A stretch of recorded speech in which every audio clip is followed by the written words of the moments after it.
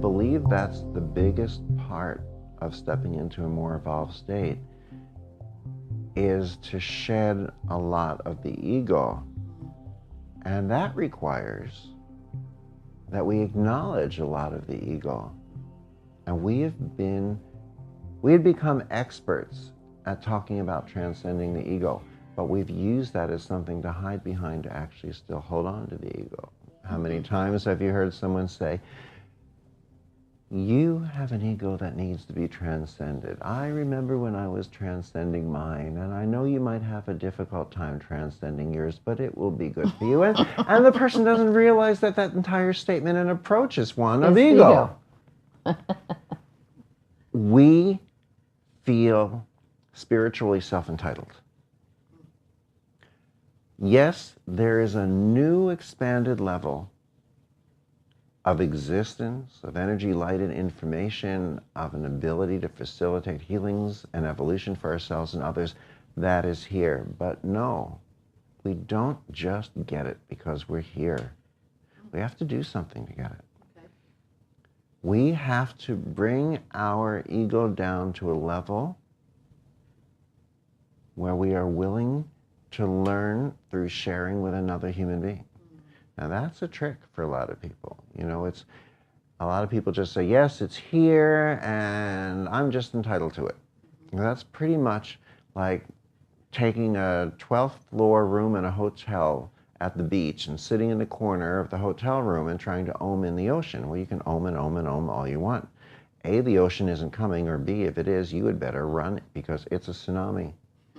What you have to do is you have to take your spiritual little butt, stick it into a bathing suit, march it across the beach, and then and only then can you get as wet with ocean water as anyone else. We have to do this. There is a change in us that allows us to access more that comes only in the sharing of this with another human being. Now, this doesn't mean that forever and always we will have to learn it. It means that until a certain point in time, when it hits maybe what we consider to be critical mass, we have to learn it. But we are in that time of having to learn it. So it is the very sense of self-entitlement or ego that says, yes, it's here, and I was reconnected in a dream, that will assure one thing: that person will not be reconnected until they transcend that ego and say, yes, there is someone else that I can learn from and or through. Once we hit enough people with this, then accessing this reconnection will be second nature to us. We'll pass it on to our children. We'll pick it up from sitting next to someone in a movie theater or in an airplane. But right now, we need to learn it, and that's the challenge to humanity.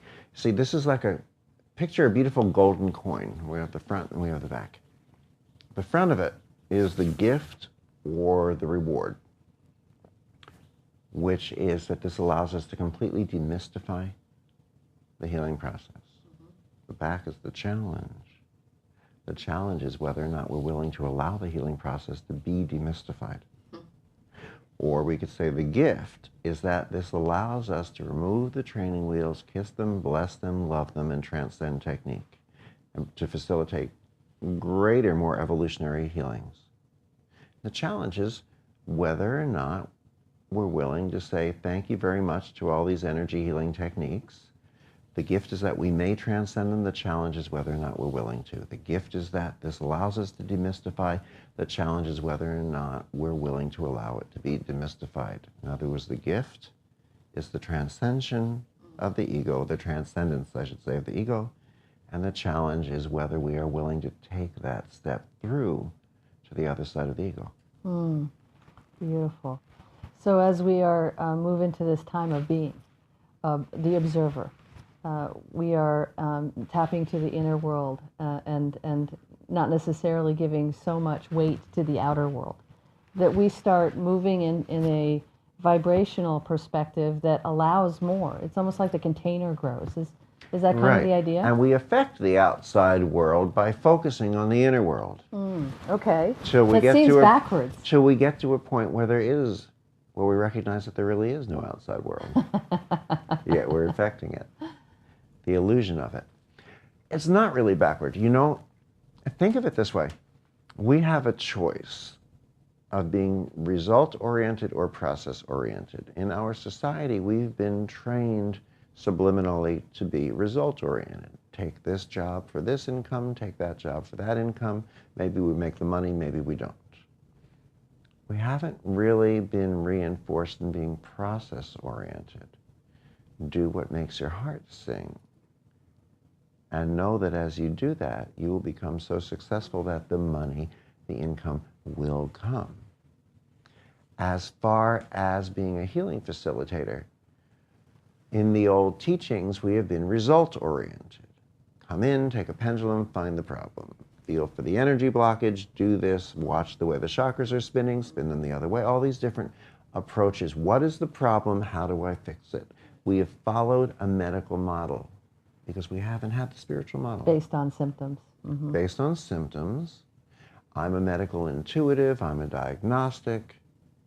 And actually, I joke, I say it's funny, if we look at the word diagnosis, we can break it down into its two roots. We have di from the Latin meaning two. We have agnosis, agnostic, from the Greek meaning don't know, and there you have it, two people who don't know, you and your doctor. Now, if we, instead of focusing on the result, I want this person to regain the use of their arm or their legs, their vision or their hearing, instead we focus on the process. What am I feeling? What am I seeing? What am I feeling? What am I seeing? Allow yourself to listen with a different sense, to access more of the healing spectrum. Step out of what you think is the appropriate response for that person, and instead be in the knowingness that the intelligence, the perfect intelligence of God, of love, of the universe, will determine the perfect healing and manifestation for that individual. Now we are in the process. We might get the result that we were looking for. We might get one we haven't even dreamed of. So, as a healer, your job is to open a door. The other person's responsibility is to have the courage to choose to walk through that door. Your job is to open it and witness. Their job is to walk through. We know when our ego is taking over, when we open the door with our right hand and we try to push them through with our left hand. We have to realize that when we do that, we cheat them out of some of their own lesson. We cheat ourselves out of being able to witness and recognize greater levels of beauty and perfection of the universe in the process. Our limited, conscious, human, educated minds and our well-intentioned emotions want specific results for people in the healing process. Our challenge to grow is to say, no, I want to be in the process and witness even greater results than I may have dreamed of.